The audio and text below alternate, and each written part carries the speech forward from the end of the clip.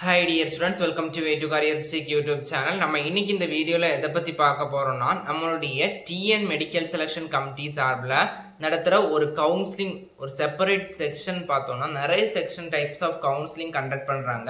இதில் ஒரு செக்ஷன் பார்த்தீங்கன்னா நம்மளுடைய ஃபார்ம் டி, அதாவது டாக்டர் ஆஃப் ஃபார்மசி அப்படிங்கிற ஒரு கோர்ஸ்க்கான கவுன்சிலிங் அப்படிங்கிறதையும் TN medical selection committee conduct பண்ணுறாங்க. இந்த டாக்டர் ஆஃப் ஃபார்மசி எது கீழே வரும்னா ஃபார்மசி ஸ்ட்ரீம்ஸ் கீழே வரும். பட் இந்த கவுன்சிலிங் செக்ஷன் அப்படிங்கிறத தனியாக கண்டக்ட் பண்ணுவாங்க. நீங்கள் யாருமே குழப்பிக்க வேண்டிய தேவை கிடையாது. ஏன்னா பேராமெடிக்கல் கவுன்சிலிங் கூட ஃபார்ம் டி கவுன்சிலிங்கை கொலாப்ஸ் பண்ணி கண்டக்ட் பண்ண மாட்டாங்க. இந்த ஃபார்ம் டிக்குனே அவங்க தனி செப்பரேட் செக்ஷன் கொடுத்துருக்காங்க. அதில் நீங்கள் ஃபார்ம் டி ரிலேட்டடான அப்டேட்ஸை பார்த்தீங்கன்னா டிஎன் மெடிக்கல் செலக்ஷன் கமிட்டியோட அஃபிஷியல் வெப்சைட்டில் நீங்கள் தெரிஞ்சுக்கலாம். அதனால ஃபார்ம் டி கவுன்சிலிங்க்கு வெயிட் பண்ணுற ஸ்டூடெண்ட்ஸ் எந்தவித குழப்பப்பட தேவையில்லை. நம்ம ஃபார்ம் டி ரிலேட்டடாக எந்த கேஸும் கோர்ட்டில் போகலை. பேராமெடிக்கல் அண்ட் பிஃபார்ம் ரிலேட்டடான கேஸ் தான் கோர்ட்டில் போயிட்டு இருக்குதே தவிர ஃபார்ம் டியை பற்றி எந்த கேஸு ஆர் ஸ்டே ஆர்டர் கோர்ட்லேயும் கிடையாது, எந்த காலேஜஸும் போடவும் கிடையாது. அடுத்ததாக பார்த்தீங்கன்னா ஃபார்ம் டியோட கவுன்சிலிங் எப்போ வரும்? ஃபார்ம் டிக்கான ரேங்க் லிஸ்ட் அப்படிங்கிறத ரிலீஸ் பண்ணிட்டாங்க. ஏன் இன்னும் கவுன்சிலிங் ஸ்கெடியூல் ரிலீஸ் பண்ணல? ஏன் இன்னும் சாய்ஸ் ஃபில்லிங்கான லிங்கை ஓப்பன் பண்ணல? ஏன் ஃபார்ம் டிக்கு டிலே பண்ணுறாங்கன்னு பார்த்தோம்னா, இப்போது பாஸ்ட் இயர் நம்ம ஃபார்ம் டி கவுன்சிலிங், அதுக்கு முன்னாடி இயர் ஃபார்ம் டி கவுன்சிலிங் எல்லாத்தையுமே அனலைஸ் பண்ணி பார்க்கும்போது கண்டிப்பாக ஃபார்ம் டிக்கான கவுன்சிலிங் அப்படிங்கிறது அக்டோபர் மந்த் தான் எல்லா இயருமே கண்டக்ட் பண்ணியிருக்காங்க. செப்டம்பர் லாஸ்ட் இல்லைன்னா அக்டோபர் 2nd to 3rd வீக்கில் தான் ஃபார்ம் டிக்கான கவுன்சிலிங் அப்படிங்கிறத மேக்ஸிமம் கண்டக்ட் பண்ணுவாங்க.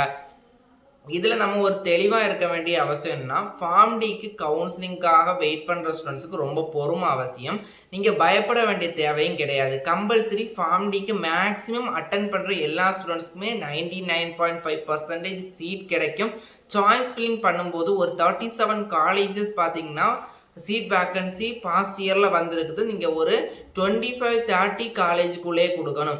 அதுக்கு முன்னாடி அந்தந்த காலேஜில் கால் பண்ணி அவங்களுடைய அந்த டியூஷன் ஃபீஸ் எவ்வளோ, அதர் ஃபீஸ் எவ்வளோ அப்படிங்கிற ஃபீஸ் ஸ்ட்ரக்சர் கேட்டுட்டு உங்களுடைய ஃபினான்ஷியல் சப்போர்ட் அடிப்படையில் பார்த்தீங்கன்னா சாய்ஸ் ஃபில்லிங் அப்படிங்கிறத பண்ணுங்கள்.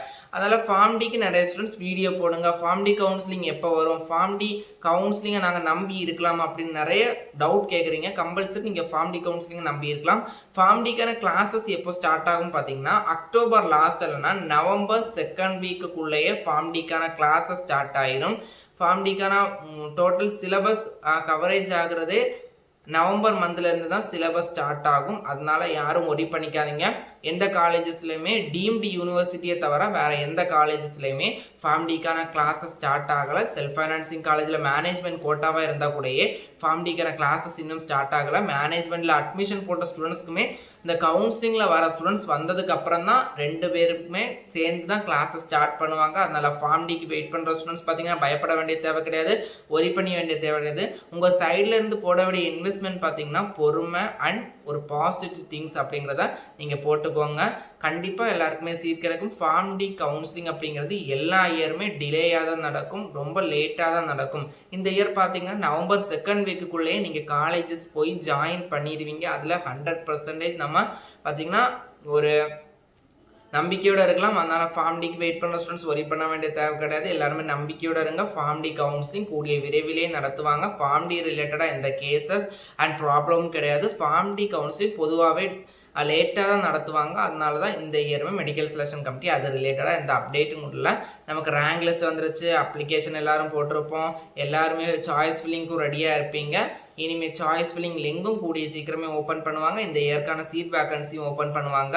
அடுத்ததாக பார்த்தீங்கன்னா பேராமெடிக்கல் டிகிரி கோர்சஸ் ரிலேட்டடான கேஸ் பார்த்தீங்கன்னா ஹைகோர்ட்டில் போயிட்டு இருக்குது. அதுக்கான தீர்ப்பு வந்ததுக்கப்புறம் நம்மளுடைய பேராமெடிக்கல் ரிசல்ட் ரிலீஸ் பண்ணுவாங்க, இல்லைனா ரீகவுன்சிலிங் கண்டக்ட் பண்ணுவாங்க. எது நடந்தாலும் நீங்கள் அதை ஃபேஸ் பண்ணுறதுக்கு தயாராக இருந்துக்கோங்க. கூடிய சீக்கிரமே எல்லா அப்டேட்டும் பார்த்தீங்கன்னா மெடிக்கல் செலக்ஷன் கமிட்டி சைடில் இருந்து வந்துடும். அதனால் எல்லா ஸ்டூடெண்ட்ஸுமே பாசிட்டிவ் திங்ஸோட இருங்க. எல்லாருக்குமே சீட் கிடைக்க கங்க்ராச்சுலேஷன். மேலும் இது போன்ற கவுன்சிலிங் ரிலேட்டடான அப்டேட்ஸ், ஃபர்தர் அப்டேட்ஸ், இன்ஃபர்மேஷனுக்கு பார்த்தீங்கன்னா நீங்கள் வே டு கரியர் வித் ஷேக் அப்படிங்கிற யூடியூப் சேனலை சப்ஸ்கிரைப் பண்ணி வச்சுக்கோங்க. நீங்கள் சப்ஸ்கிரைப் பண்ணி வச்சிட்டிங்க அப்படின்னா உங்களுக்கான ரெகுலர் பேசிஸில் கைடன்ஸ் அப்படிங்கிறது நான் யூடியூப்பில் வீடியோ மூலயமா கொடுத்துட்ருப்பேன். நன்றி.